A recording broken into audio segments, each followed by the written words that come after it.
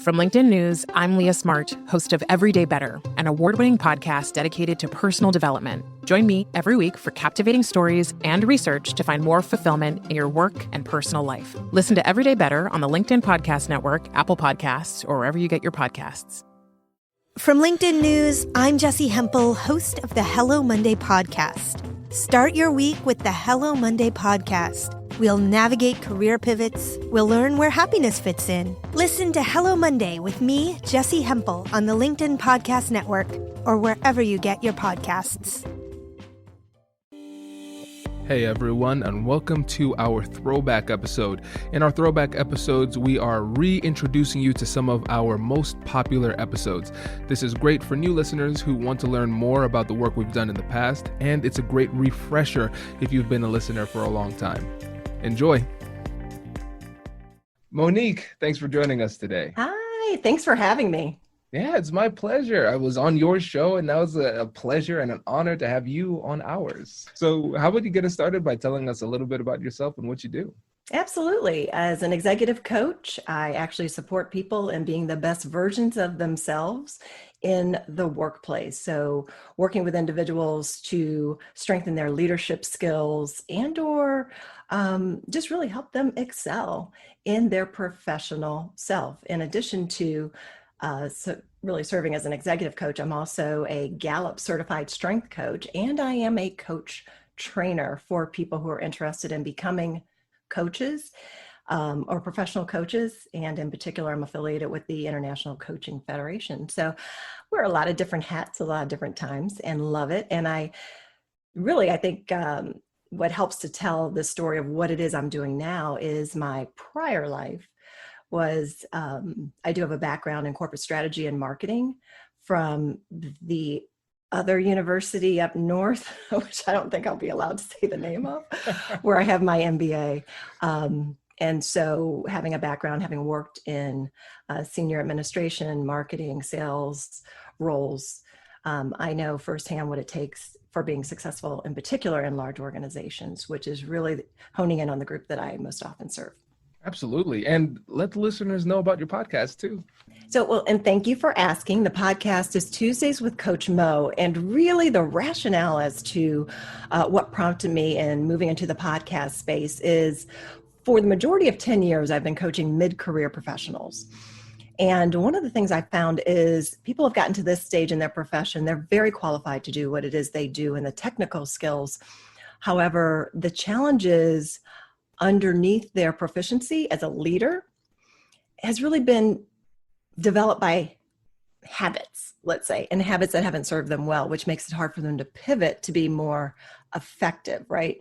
And so by working with younger professionals to support them in developing those leadership competencies earlier in their career will support them in being more effective as they ascend in the organization. So the podcast is geared primarily for high achievers in the workplace, and I'm really honing in on young professionals. I love it. Yeah. And everybody check out that show. It's a fantastic podcast. And really, that's what we're talking about now too, with coaching skills for leaders. How can they use coaching to be better leaders? And so really sell us on that. Why is it so important for them to understand that skill set? So terrific question. And if I may, let me just offer a statistic to help kind of bring to light the importance and the relevance for this topic. The Gallup organization and some of their most recent research put out a book called It's the Manager, came out last year. One of the things that was conveyed from the research, and we've heard time and time again about poor engagement. Engagement level is so low, in particular here in the US in the workplace. Well, what they've done now is quantify that. And that the cost of poor management here in the US rests somewhere between 960 billion and 1.2 trillion for those employees who are actively disengaged, and that it is costing us here in the US. So it's critical. It's really mission critical that managers are better prepared in their roles, and that because oftentimes you hear, Well, why did you leave that last role? Most people are saying, oh, because of my boss, because of poor management skills. So I want to be a contributing factor to strengthening the effectiveness of managers in the workplace and developing their leadership competencies. That makes a lot of sense. And so I'm excited to get into this. And so listeners, you know how the format goes. We're going to focus on three main things in this topic. So the first one is going to talk about how we can improve our level of self-awareness as a coach and a leader. So that's a little bit different from just general self-awareness. So we're going to get into that and talk about how important it is to learn this as a leader. The next thing is understanding the strengths of the people on your team. And then the third one, I think, is the one that I'm most excited about. And that is understanding how those strengths interact. And so those contrasting strengths. And so this is really great for picking your team, putting people together, understanding who would work well with who. And so this is going to be great, Monique. So let's jump in with self-awareness. Where should we start? Awesome. I believe it was Whitney Johnson, and Whitney has been with Harvard. She has her own consulting company now. And she mentioned, and I love this, she wrote a book on disruption, following the S curve, and that we all are riding up on an S curve throughout our professional journey. But she says the best way to manage through disruption is to disrupt yourself. And that so resonated with me, disrupting yourself, because however you go about doing that, such that you can unhinge from the comfortable, what is, how you've always done it, and that may not be working for you, is to disrupt yourself and to kind of step back and to tap into some resources to help you expand your awareness of what is working, what's not, where you want to make the shifts, okay? And this is work that really takes time, and the mindset of wanting to be more effective, to be more productive in your role. So really this sense of disrupting yourself so that you can get better at what it is you're doing and where it is you're going. Most of us, in particular in large organizations, you don't sign up for a job to want to just stay in that job, right? You want to advance, you want to get promoted. And so my question to my clients is, what are you willing to do what it takes to get that advancement, to get that promotion? Because nothing's being handed out, last I knew, and that you have to work for it. And so even speaking to when you're being considered for the next role, when you can even speak to how you are aware of yourself and your leadership competencies, but how you are evolving as a leader and setting the mark, setting the role for those who will be on your team. Right. And so it sounds like when it comes to this self-awareness, first we need to understand our strengths, then we need to understand our weaknesses. And once we get a better understanding of that, now we know where to put those strategic disruptions. Is that right? Okay, so I'm going to push you a little bit here, Kwame, because I'm a firm believer. Maybe I've been drinking a lot of the Gallup strength Kool-Aid, but in Gallup's strength world, the work they've done in terms of emerging your dominant talents, those things that contribute to your strengths, that provide like near perfect performance. There's a reason there are some that are high on the list, and there's a reason that there are some talents that are low on the list. And the reason that they're low, and most folks want to go, because that's my weakness. And I'd say, no, it's because you are short on talents in that area. You're just kind of depleted in that area. That's just not how you naturally flow. As I was saying to a new client who was onboarding today about her strengths, she said, and I want to talk about my weaknesses. And I said, once we get into working, we're going to probably discover, as with many of my clients, the very thing that makes you strong is the thing that's the weakness. Because when our strengths get in our way, they're not strong. Those talents aren't strong all the time.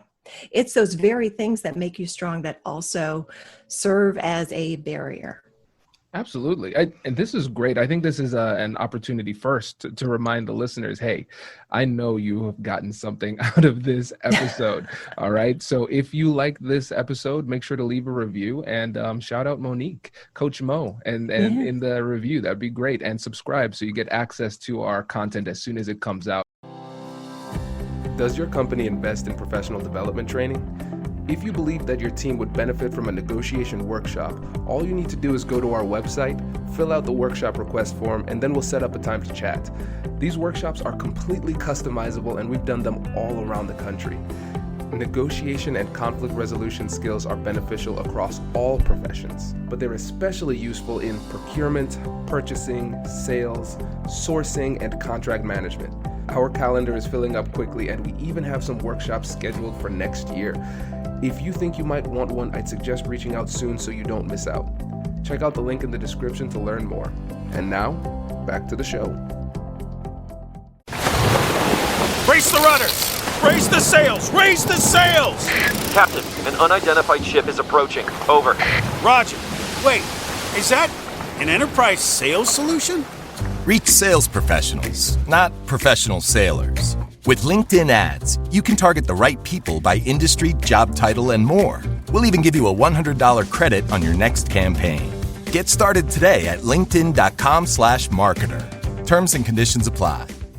And this is a perfect time for us to segue into the second point, which is knowing the strengths of the people on your team. So what is so important about this? Well, here's the thing I'm often asked when it really gets into the workplace and with teams, and am I in the right job based on my strengths? Well, and Gallup will be the first to say that this work has really not been derived or measured to equate to, oh, you have these strengths, therefore you should do this job. Because it really is, any job will call and draw from you strengths that are already within you. It's you learning how to move those levers in a way that support you. Now, are you going to be able to apply all of your dominant strengths in one job? That may be somewhat realistic, but let's start by honing in on one or two that will support you in your success in this role, this job that you have now, and kind of start to unpack that. And when this work is done with teams, I've done this with executive boards, leadership boards, they all have then a heightened awareness of one another. Because then you grow an appreciation instead of, oh, you've kind of maybe started building up some disdain for somebody for whatever reason. And then once you start to see, well, that's just how they see the world. Because the talents are those natural thoughts, feelings, and behaviors that people naturally go to. And my little go-to quote is, it's hard to see the picture when you live inside your own frame. Because it's so natural to you, you think everybody does it. Okay. So in getting to know and understand the strengths and the talents of those people that you work with, then it's opening that space for collaboration and more cooperative working relationship. And once you know and understand your talents, then it's the individual's responsibility to determine how they're going to apply, how they're going to build those talents, right? They don't just magically, just because you have them doesn't mean it's working as a strength. I don't want to take us to school on strength right now, but just because you have a talent, that talent says it's in you. It's the baseline. Now your job is to develop it, learn about it, study it, be consciously aware of it, and your application of it such that it serves you well. Just because you have a talent does not equal a strength. It must be developed over time when you then get the performance results that you want. Right. And so it sounds like what we need to do here is really invest the time into turning these talents into strengths. Because like we said in the first part of the episode, we have to have self-awareness. We need to understand where our top strengths are and where our lesser strengths are. Yes. Where should we invest this time? And so a lot of times what we end up doing is we have that fixed mindset where we say, all right, this is where I am. This is good enough. I can't get better. This is just who I am. But what you're saying is we need to number one, invest in ourselves to get better. And then on the other hand, invest in learning about the other people on our team so we can communicate and collaborate at a higher level. Exactly. And an example of that, referencing the context that I referenced earlier, was doing a strength workshop for a team. And the most tenured employee was dominant in context.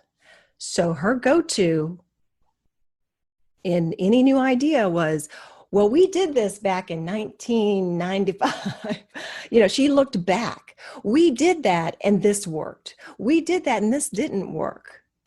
And so it was an opportunity for her to recognize how she became kind of known as the, oh boy, here she is, joy kill. Here we're trying to create new programming, new initiatives, do things differently, moving us forward as an organization. And she carried some degree of credibility because she had been there the longest. But that doesn't mean that you're using your tools for goodness. And I watched as she continued to give an example of what happened in the past. So I was able to bring that to the attention just in the short time I was working with the group. And I asked her, so the team is moving to accomplish X. You've shared your context. Now, how will you use those talents and context and support the go forward? And so she had to come to, well, I'm probably giving information that doesn't need to be needed. And when she said, and I recognize we're not the same organization we were 10, 15. She had to come to that, versus it would have been very easy for me or someone else in the room to go, we're not that organization. Why do you keep going back? And so this is where we all have to kind of catch a breath, respect someone for who they are, the talents they bring. And okay, we've heard, thanks. You've shed some perspective. We now have some additional things to, consider moving forward. What then will you do with that context and moving forward as we're trying to get to this new thing? And, she really kind of had to decide for herself, like there's a limit. Like, okay, I've contexted enough. Now I recognize I'm holding everybody up by doing this. Oh, you don't say.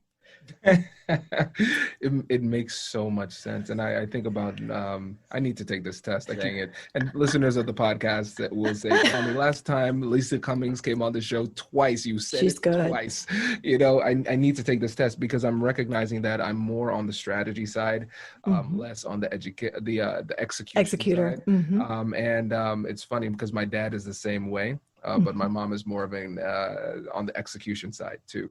So it's really interesting to see how genetically it'll have an impact. And I've learned a lot from the things that my parents have done well and the things that they could have done better. And then recognizing where that is in me, it helped me to understand who I was on a deeper level. Nice. And there's no need to deny what your strengths are. It's how are you creating space for some of these other talents around you? And that's the thing when it comes to the workplace and colleagues, is some people have recognized like, oh, I've kind of shot that person down, or I just get exasperated when they open their mouth. I was doing a workshop. There was a young man who was high in learning. His mode of operation, Kwame, was to ask a question. Just curious George. He's just curious. And and everyone reporting what stood out for them in their reports, was so proud of himself, telling everybody what a learner he is. And he learns about this and learns about that. I mean, he just has an insatiable appetite to learn. Okay, that's great. And that gets in the way when we're trying to move something forward. Well, and his boss, who was sitting across the room, like let out this squelch and was like, like it makes sense now. Because she thought that his continuous stream of questions was a tactic or technique to not do what she was asking him to do. And she said, oh, I kind of see now. He really is just curious. And he now has the responsibility to know when enough is enough. Or think independently of all your questions for where we're going and bring just that short list in with you. Because it was really unhinging people, and it was kind of creating some feeling toward him. And he was just being himself. And he needed to know how to curb it. And that same thing happened for me with my number one theme of positivity early in my career. And I was in sales downtown Chicago, was selling into the financial district, high volume copiers. And one time we were the manager, a couple managers, support team, we're all around the table because we were trying to strategize how to save a piece of business that we were about ready to lose. And I was the lead salesperson. Well, in my usual go-to, because it's very natural to me, I made light of something. I just was kind of like, come on, we can do it. I made some comment. Well, after that meeting, my manager pulled me to the side and she's just, Monique, we all love your energy and enthusiasm, but at that time in that meeting, it really was out of place. So what I took from that, now I wasn't familiar with strengths at the time, but it certainly came back to me as soon as I saw number one, positivity, because I'm just an eternal cheerleader. I was a cheerleading captain. This is what I do. And it's my responsibility how to ebb and flow that. When it's contributing to the productivity of whatever it is I'm working with people on, and when it's getting in the way. So I'm responsible for that. And I really appreciate that manager not literally driving a bus over me because she couldn't believe here I am like, woo, we can do this. And everybody's like, we're about ready to lose this multi-million-dollar account. And you're over here being, cheerleader woman. So it was a teachable and coachable moment for me. And she handled it really well instead of, blasting me out in the meeting or saying, here's the important thing. All of you managers, lean in, please, as I say this. She coached me in a way that kept me whole. She did not say, don't be positive. She said, manage the positivity. You're responsible for that. So don't not be who you are. We love those things about you. And it's your responsibility to manage it. This is great. And you can tell I'm taking all of these notes here. This is fantastic. I really like that. And may I add something? I actually pulled out some of my Clifton Strength cards because as Lisa, I'm as well a Gallup certified strength coach. And I do want your listeners to know if they are looking for someone to support their team, there is actually a Gallup certified strength coach directory. So there are a number of individuals who are certified in this content to work with you and or your teams. Something I thought that may actually really resonate with you, Kwame. When you think about just the finite, as you were talking about even your parents and the differences there, let me give you just a very, very short example of a contrast. I know this is kind of getting into our third point, but for those who present with a high theme of activator, which in short is about you just love to get things started, okay? The opposite of that, or a contrast to that, is intellection. And here's the statements I'll make to reflect that contrast. The activator says there's no substitute for action. Someone high in intellection says there's no substitute for thinking. Oh, wow. Yeah. And I can see how those contrast, and especially if you have those people on a team together, how that can be problematic if not managed the right way. Yeah. Another one, just to illustrate this point, contrasting an includer and harmony. And I say this one because I was just working with someone yesterday on their includer who's at a very high level in an organization that he talks about in a financial capacity, that when they're moving forward with something new and innovative, in finance, he gets representatives from all dimensions of the organization around the table. And some people are like, do we really need, Joe over here and, Pat over here? Do we really need them at the table at this early stage? Well, he's high in includer. So he just naturally thinks, who all can we get around the table? So a contrast of includer is harmony. So an includer will say, I work for the acceptance of those on the outside. Harmony is going to say, I work for the agreement of those on the inside. Okay. And so these are not my words. I will let you know they are Gallup strength words, but that's the type of level of content you'll get for anyone who may be listening and have an interest in taking their team through this. That Gallup certified strength coaches have access to this type of content. And that really helps bring it home when you can boil it down to those simple statements. Absolutely. And so let's stick here with the contrasting strengths, because especially with that last example, includer versus somebody who is high in harmony. Harmony, right. It's like, okay, if I'm high in harmony, I just want everybody on the inside to be on the same page. And then, balance. Think of harmony like that balance, right? Yeah. And then the person who's including says, I want everybody to make be the here. tent bigger. Yes, which can lead to disharmony. So how about another one? Sure, yeah. Okay. Futuristic, as I mentioned earlier, always looking ahead, and adaptability. Futuristic would say, I'm so preoccupied with tomorrow that I'm not ready for today. Someone high in adaptability is going to say, I'm so occupied with today, I'm not ready for tomorrow. And so with those two, let's give a practical example of how those two could clash potentially. Yeah, well, the futuristic, someone dominant and futuristic, is thinking about how things can be. They have a tendency to create that picture. They're strong in leadership because they can create a picture to bring others along, in particular when it comes to visioning.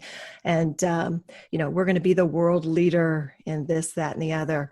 They can find those words to bring others along such that you get up every day knowing that you are doing purpose-driven work that's contributing to someplace you're going. Adaptability is like, yeah, we're going there, but today's good. I'm going to invest all my time in today. And we've really got to get this thing here today, right? Like I don't have time to think about tomorrow because tomorrow's not here yet. So I just kind of go with the flow.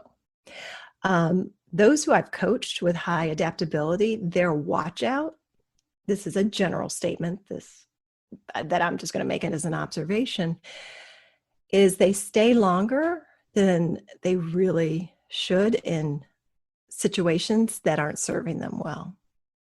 So in a bad job, with a bad boss, because this adapter tendency is like, let me just get through today. It'll be okay. And they somehow talk themselves into just adapting to what is. Yeah, it's not great. It is what it is. And they stay way longer. Even though they're calling me to ask about, hey, coach, I want to work on getting to a new, different opportunity. And then they show up at every session still kind of at the same place. And it's like, what do you think is going on there? How is that adaptability strength getting in the way? Remember I said at the top of our time together, sometimes our strengths are in fact our weakness. Right. It makes so much sense. And now let's say for the people listening, they recognize, okay, I'm recognizing there might be a clash between my strengths and somebody else's strengths on the team. What do you think is the most important thing for them to consider when it comes to collaborating with somebody on the team who has different strengths? So in considering, individuals who have contrasting talents, it begins with the knowledge of just knowing what your talents are. Now, just because it's a talent doesn't necessarily mean it's serving you as a strength yet. Have you really developed it? Are you really owning it? Because with that insight, then that informs your go forward strategy. I oftentimes have individuals in workshops sit together and put one goal in front of them that are on a team. Compare them up, people with similar themes, pair up people with different themes. And with that one goal, let them start sorting through. You first, you list, what do you see as the challenges, the opportunities with this goal, et cetera. Let the other person, okay, where then, as with negotiation, are we finding some common ground?